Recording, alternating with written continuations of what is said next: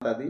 आज मैं आप लोगों को एक ऐसी कहानी बताने जा रहा हूँ, जिससे आपको समझ में आ जाएगा कि हर काम का परिणाम उसके कर्मों के अनुसार ही होता है। जैसा हम कर्म करते हैं उसका परिणाम वैसा ही होता है। परंतु हमें पता नहीं चलता कि ये परिणाम जो भुगतान हम भुगत रहे हैं ये हमारे हमारे ही कर्मों का परिणाम है। जैसे एक एग्जाम्पल से बता रहा हूँ।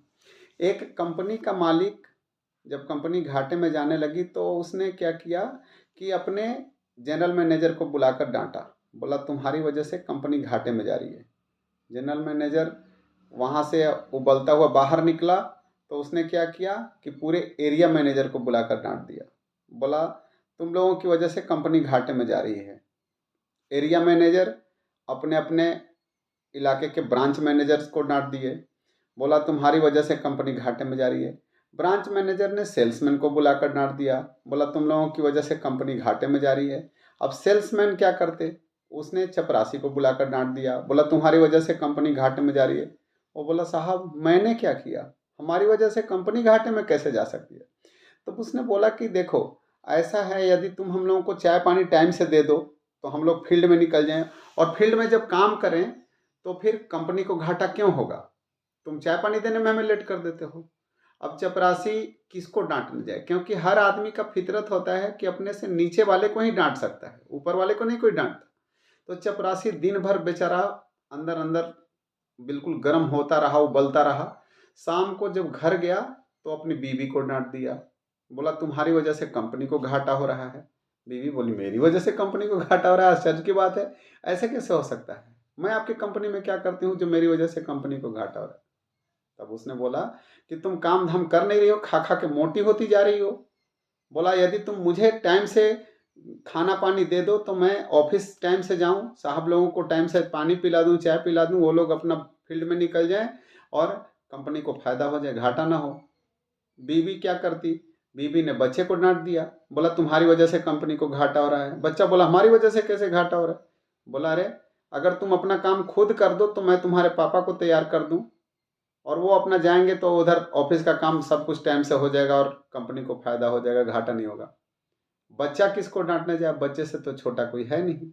तो वो बाहर निकला, हाथ में पटाखे थे, गुस्सा में निकल करके बाहर उसने क्या किया, बाहर देखा कि एक कुत्ता बैठा हुआ है, तो उसने कुत्ते के पूंछ में पटाखा बांधा और जला दिया। अब कुत्ता वहां से फड़फड़ाता हुआ भाग रहा है, भौं भौं भौं भौं करता हुआ। बोला मैंने इस बच्चे का क्या बिगाड़ा था जो इसने मेरे पूंछ में पटाखा बांध कर जलाया। मानव जाति ही खराब है, मुझे जो भी मिलेगा मैं उसको काट खाऊंगा, मैं किसी इंसान को छोड़ूंगा नहीं।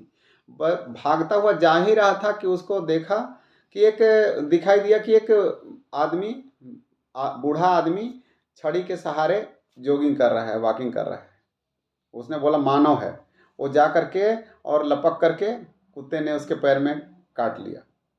पैर में काटा तो वो आदमी सोचा कि अरे मैं अपने रास्ते से जा रहा था, कुत्ते का मैंने क्या बिगाड़ा जो उसने मुझे काट लिया।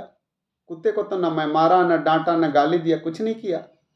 लेकिन ये जो समय था, सुबह मैनेजर को डांटने से शाम को कुत्ते को काटने तक का जो समय था, एक साइकिल बना, चक्र बना। जानते हैं वो आदमी कौन था जिसे कुत्ते ने काटा? उस कंपनी का मालिक था जिसने सुबह जनरल मैनेजर को डांटा था। अब जनरल मैनेजर को डांटने से कुत्ते के काटने तक का जो साइकिल था, चक्र बना, वो किसकी वजह से बना? उस मालिक की वजह से बना। लेकिन मालिक बोलता है कि मैंने क्या किया कि जो मुझे कुत्ते ने काट लिया, मैंने कुत्ते का क्या बिगाड़ा था जो कुत्ते ने मुझे काट लिया।